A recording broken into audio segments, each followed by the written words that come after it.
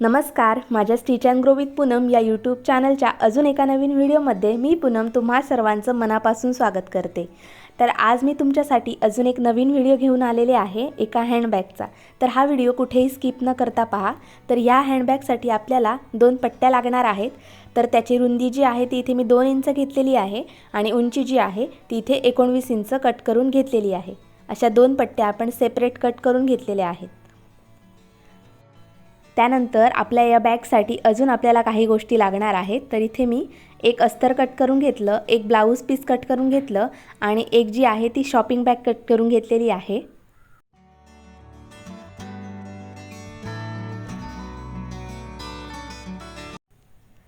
तर इथे आपण ज्या कट करून घेतलेल्या अस्तर वगैरे आहेत त्यांची रुंदी जी आहे ती 10 इंच ठेवलेली आहे आणि उंची जी आहे त्यांच्या डबल 20 इंच इथे मी घेतलेली आहे।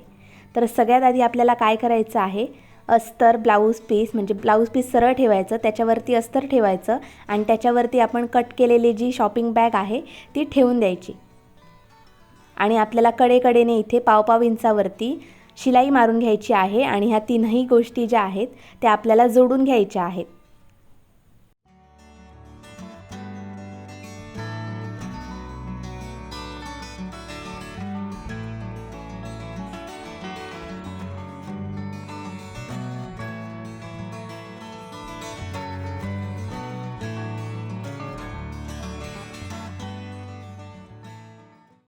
इथे मी व्यवस्थित चारही साइडला शिलाई देऊन घेतली आणि एक्स्ट्रा वाढलेलं कापड आहे जे कट करून घेतलेलं आहे।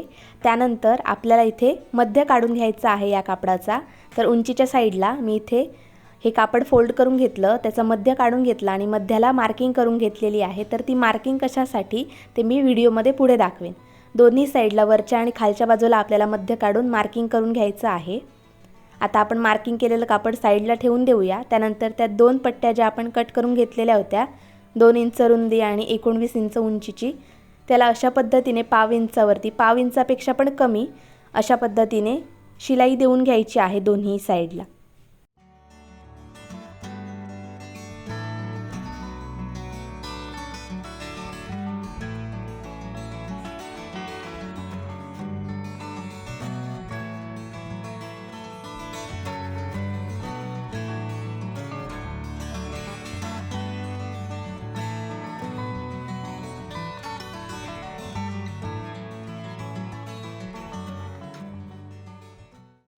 इथे मी दोन्ही पट्ट्यांना व्यवस्थित शिलाई देऊन रेडी करून घेतले। आता आपल्याला त्याची एक सिंगल पट्टी रेडी करायची आहे। तर ती मध्यातून फोल्ड केली आणि साइडला इथे मी शिलाई देऊन घेतलेली आहे। तुम्ही व्हिडिओमध्ये पाहू शकता मी कशा पद्धतीने इथे शिलाई देत आहे ते।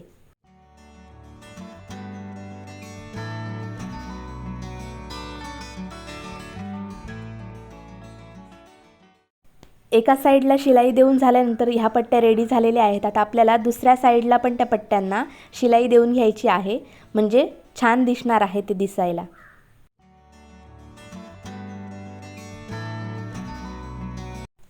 इथे पट्ट्या रेडी करून झाल्या। तर आता आपण जिथे मार्किंग केलं होतं ते कापड घेतलं, त्यानंतर जिथे मध्य मार्किंग केला होता त्याच्या बाहेरच्या साइडला 2-2 इंचावरती मी मार्किंग करून घेतलं। एक पट्टी घेतली, त्या पट्टीचा पण आपल्याला मध्य काढून घ्यायचं आहे आणि ती पट्टी जी आहे तो मध्य व्यवस्थित रेषेवरती ठेवून द्यायचा आहे आणि ठेवून झाल्यानंतर आपल्याला त्याच्यावरती पाव इंचावरती शिलाई देऊन घ्यायची आहे।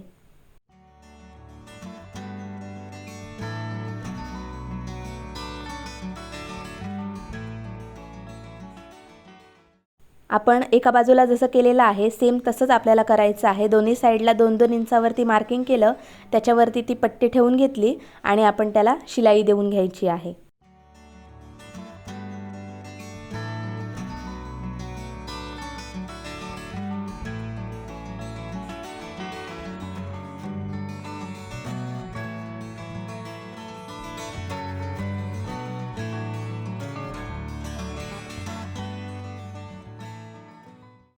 इथे मी पिशवी पकडायला दोन्ही जे हँडल आहेत ते जोडून घेतलेले आहेत। आता आपल्याला एक झिप घ्यायची आहे, म्हणजे चैन घ्यायची आहे आणि ती अशा पद्धतीने जोडायची आहे, पाहू शकता। तर आपण जी चैन जो आहे तो आतल्या साइडला राहणार आहे, मेन जी चैन ती आतल्या साइडला राहणार आहे आणि बाहेरच्या कडेच्या साइडला आपण पाव इंचावरती शिलाई देऊन घ्यायची आहे। म्हणजे जो रनर जो आहे आपला तो आतल्या साइडला राहायला पाहिजे, अशा पद्धतीने इथे शिलाई देऊन घ्यायची आहे।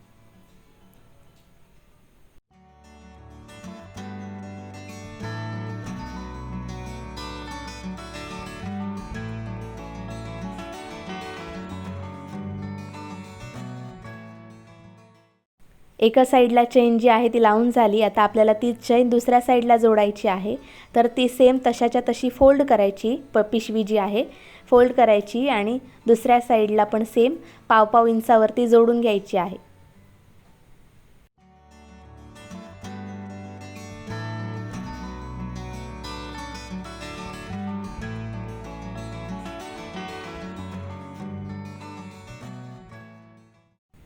इथे मी व्यवस्थित शिलाई देऊन जोडून घेतलेला आहे आणि आता आपल्याला त्याच्यावरती डबल टिप मारून घ्यायची आहे, जेणेकरून चेन जी आहे ती उसवणार नाही।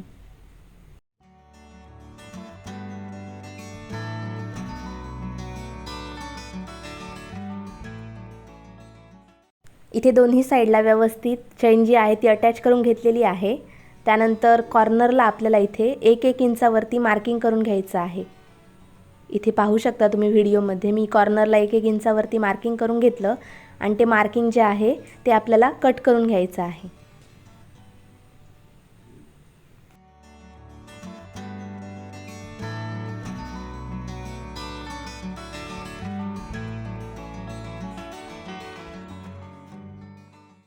इथे दोन्ही कॉर्नर जे आहेत ते व्यवस्थित मी कटिंग करून घेतले। आता आपल्याला साईडला अर्ध्या इंचावरती सरळ शिलाई देऊन घ्यायची आहे। व्यवस्थित जिथे आपण चेन अटॅच केलेली आहे तिथपर्यंत आपल्याला इथे शिलाई देऊन घ्यायची आहे।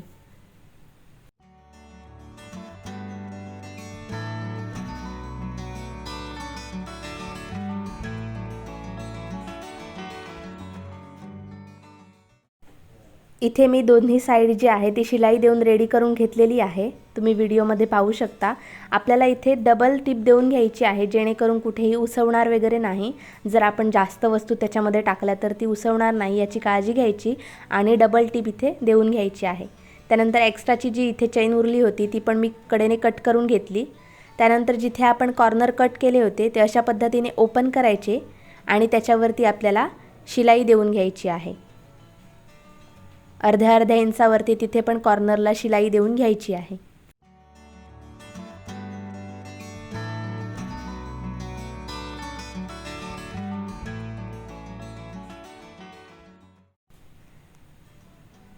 इथे मी एका कॉर्नरला शिलाई दिली आणि दुसऱ्या कॉर्नरला पण आपल्याला इथे शिलाई द्यायची आहे।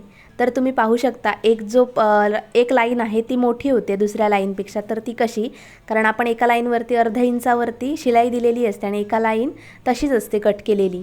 तर ती थोडी जास्त होते, ती ॲडजस्ट करायची आणि व्यवस्थित इथे अर्ध्या इंचावरती शिलाई देऊन घ्यायची आहे। खूप कमी पण शिलाई द्यायची नाही की ती पिशवी फाटून जाईल, म्हणून आपल्याला अर्ध्या इंचावरती इथे शिलाई द्यायची आहे। व्यवस्थित शिलाई दिलेली आहे आणि एक्स्ट्राचं कापड आहे ते कट करून घेतलं म्हणजे फिनिशिंग छान येईल। त्यानंतर आपल्याला चेन जी आहे ती व्यवस्थित ओपन करायची आहे अशा पद्धतीने आणि बॅक जी आहे ती पलटी करून घ्यायची आहे। इथे तुम्ही पाहू शकता बॅक जी आहे ती व्यवस्थित पलटी करून इथे घेतलेली आहे। कुठे फोल्ड वगैरे राहिला असेल तर तो व्यवस्थित हाताने आपल्याला ओपन करून घ्यायचा आहे।